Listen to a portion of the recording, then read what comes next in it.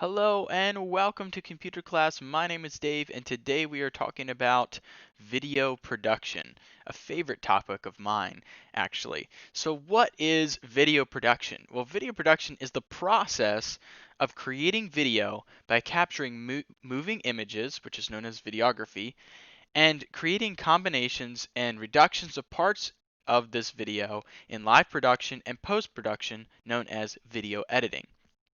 So that's a really long, sophisticated definition, but I think it encapsulates the essence of what is a video production when it comes to certain types of scale, when it comes to ones that are done live and ones that are also done in sort of a uh, stagnant or closed manner. So that being said, we have two terms for video production that are pretty important that a lot of people use. And the first is videography. It's a general term referring to the process of capturing moving images on electronic media and even streaming media. And the second is a videographer, which is usually a camera operator or professional video camera and sound and lighting engineer. So those people are paid very well in the field of videography. A lot of them work for certain big companies that make big budget films, but this term can also refer to people who are down to earth making tiny films, maybe for YouTube or maybe reality TV or a documentary. Some of these small budget operations are seen by just as many people, but would not be on the large scale with the AAA having uh, huge budgets, having huge staffs to create these mind-blowing graphics. Some of the productions that are done have very small videography teams and yet accomplish great things. So whether you're a huge videography team or a small videography team, the term videography and videographer still can refer to you. This is outside of the realm of money, outside of the realm of size of your team. It's just referring to someone operating a camera. All right. Now, cinematography is is basically a category of videography. It is the art of making motion pictures or bringing a story to life. And so it's a technical term for someone who's a videographer. They they can be in cinematography. A cinematographer, also called the director of photography, works with the film's director to capture the underlying story in a way that will captivate the movie audience. And so the head of the cinematography world is usually the director of photography. That person makes sure that the shots and everything is going according to plan. Here on screen you see two of my favorite movies. The first is Red Dawn and the second is Source Code. If you look up the trailers for those, are really cool movies. Some of my favorite types of movies that I enjoy are ones that are very hard to figure out what's going on until like the very end, so it kind of discloses things. And also I like action movies, and that's why Red Dawn's up there. But this is not the first Red Dawn; it's the second remake Red Dawn. And Source Code is pretty cool as well. I won't ruin that. You can look up the trailers for those and see what I'm talking about. Pretty cool films. So that being said, when it comes to video production, there are three stages. Okay. And these are incredibly important. Pre-production is where you plan for your project and write your story production, where you capture video images with camera, lighting, and sound. So it's the planning stage. It starts with conceptualization or coming up with an idea. That moves on to script writing, writing out the lines for people to actually say when they're on the camera. And we're actually going to do this as the class progresses. We are going to create our own little video. And then it moves on to dialogue or brainstorming and deciding what is important. And then it moves to visual notes timeline, having spreadsheets with scenes and cuts and camera motions and the actors involved. And then the last stage is actually like drawing it out. And they have detailed scripts, scripts that are hundreds and hundreds of pages long and really big budget films. Um, and then you can also do it all in one page if you have a simple YouTube video you're just doing. But you'd be surprised how many people actually write out their script. People like Good Mythical Morning a lot of times actually have a storyboard or a script to do their videography. People like Dude Perfect have their scenes planned out. People don't just go out and we have this idea when it comes to videography. We just pick up a camera and run out and wing it and throw it to the wind, and poof, this amazing video comes on screen, and wow, we did such a great job. That's not how it works. Video is a very carefully planned, very calculated, very written out, very conceptualized idea that then makes up one of these very good budget films. And so, or even well viewed YouTube video. So for those of you, I just want to dispel that myth that you can just run out and make, you know, the world's best video simply by not planning. That's probably highly unlikely. Is it impossible? No. Has it been done before? Yes, on YouTube. But is it better to plan things out and do better productions come out of those things that are planned? Yes, and most people in the cinematography world would say so. Okay, so that's pre-production. Second is production. It's the camera and equipment selection, audio and lighting, and storytelling of the camera work. It's actually where you produce or shoot the film. Cameras and equipment selection, you've got consumer cameras, you've got DSLR, digital single lens reflex, you've got professional cameras, which are bigger with better chips, you've got stabilizers, you've got all sorts of equipment to pick from, and we're going to talk some more about that equipment as the class goes on. You've got audio, you've got lighting, and something to keep in mind when you're actually producing the video, and a lot of people get this, I guess, mixed up. They think, oh, audio is not that important because, the video quality is like the major thing, but audio is 50% of the video, and so good lighting is the key, actually. Good lighting is the key, and good in your video, but also good audio is the key in your video. If your audio is crackling the entire time, no one's gonna watch your video. People will just simply turn off because it's annoying.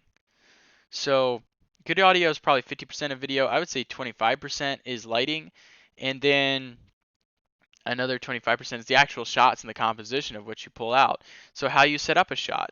And we're going to talk about how to do different shots in videography, but the point being, composition is really important. It's one of those secondary things that matters to the eye, whether you realize or not. How you pull in, how you push out, how you pan, which direction you're going, how you keep the action moving in the film really matters when it comes to the production stage. And then once you've gotten past producing the actual shots, you then move into this editing stage or this post-production stage, which is where you take the moving images and craft them into a compelling story using video editing software on a computer. Some video editing programs that exist like iMovie, Final Cut Pro, and Premiere Pro, After Effects, Premiere Rush, DaVinci Resolve, on and on we could go, talking about these different programs that are able to cut and slice the clips that you've designed. Obviously, you would shoot the clip a little bit longer than you actually need because, well, you have to cut off some on the end and cut out different pieces. So it's more of it is a real form of art to put a video together, so to speak.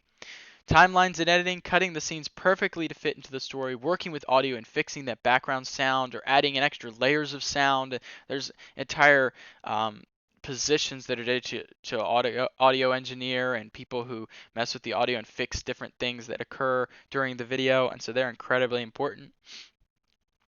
Color grading and exporting and making sure that everything is the tone and the tint and the colorizing that's supposed to be. You'd be surprised how much work really goes into that, especially like a film like, the Avengers Age of Ultron or Endgame or something like that. There's so much color grading that goes into make those characters just the brilliance that they are. And then exporting in different formats such as AVI, MPEG-4, and a .mov, which is a Apple QuickTime export. There's different formats for video, and it's very important to know which one to export in. Okay, and so this is the post-production stage. It's after everything is over, and so these are pretty simple. You have pre-production, production, and post-production. Pretty important stages of video production to remember. Let me give you a short history of videography, and this is not all inclusive. There's definitely pieces missing. This I've just included what appears to me to be the most important different hopping points along the way as the development of the video camera came about. But in 1888, Thomas Edison had a light bulb moment and files a claim with the U.S. Patent Office to create the kinetoscope. And when he did that, that kind of started a revolution a little bit because we were on the road to start to take pictures. We were starting to get images, if you will. And the brothers Augustine and Lewis patented a cinematograph, a triple threat motion picture film camera projector and developer. And basically, it had a lot of little of the same picture. And if you put them in a line, kind of like a flip book, you would have motion. And then Bell and Howell introduced the first all-metal movie camera with 2,709 standard 35 millimeter film, and you can see them right there. And then the Farnsworth video camera tube converts images into electrical signals, and you can see that on this side over here. And so we started getting these different pieces. We started getting film. This is why we actually call things a film as a result of Bell and Howell producing the standard 35 millimeter film. This is why we started getting electronic images on screen because of these people back in the day in the 1927s, all the way back then, which is a long time ago. Then in 1932, Eastman Kodak, they have a 8 millimeter, so they make things a little bit smaller, and then film upstages to 16 millimeter and becomes the standard for home video. And so you can see an example there of someone actually has for the first time. Kodak is a big name still in cameras today, and they were the ones to get the whole personal, if you will, everybody has a video camera in their household filmmaking movement going. And then Bell and Howell, another company still involved in film, as you can see as they go along, creates the first lightweight movie camera for amateur filmmakers, and thus the amateur filmmaking revolution was born because everybody wanted to make little tiny films in their backyard, and there wasn't YouTube yet. It wouldn't come about for a while.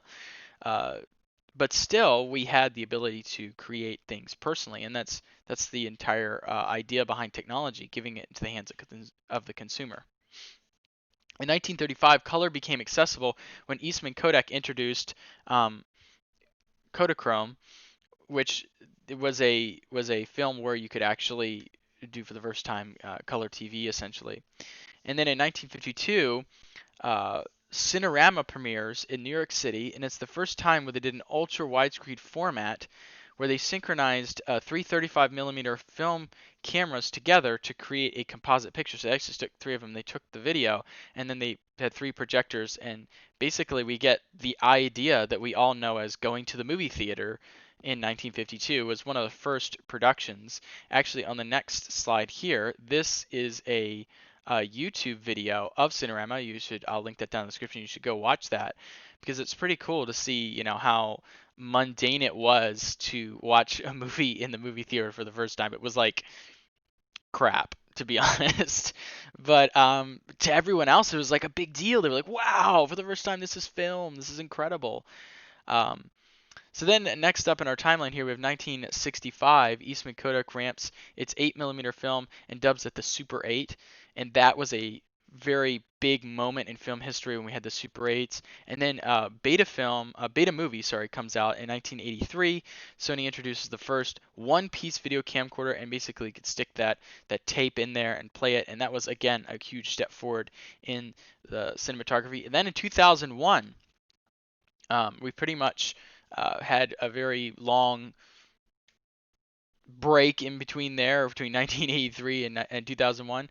Uh, we have this upgrade to cinematography. Once Upon a Time in Mexico is the first mainstream movie to be filmed at 24 frames per second high definition digital video, and that was a huge step forward in cinematography because that was a incredible decent frame rate to have, and everybody's like, wow, this is an incredible movie. Look at the graphics, it's so clear, it's so crystal.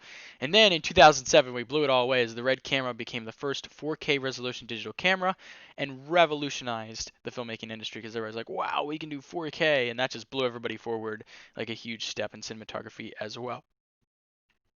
And this is someone talking about their journey using the Red 4K camera. And the reason I put that in there, I'll link it down in the description, but the reason I put that in there is because I want you to see how utilizing these Red 4K cameras, Red cameras are incredibly expensive, uh, upwards of $30,000 and such.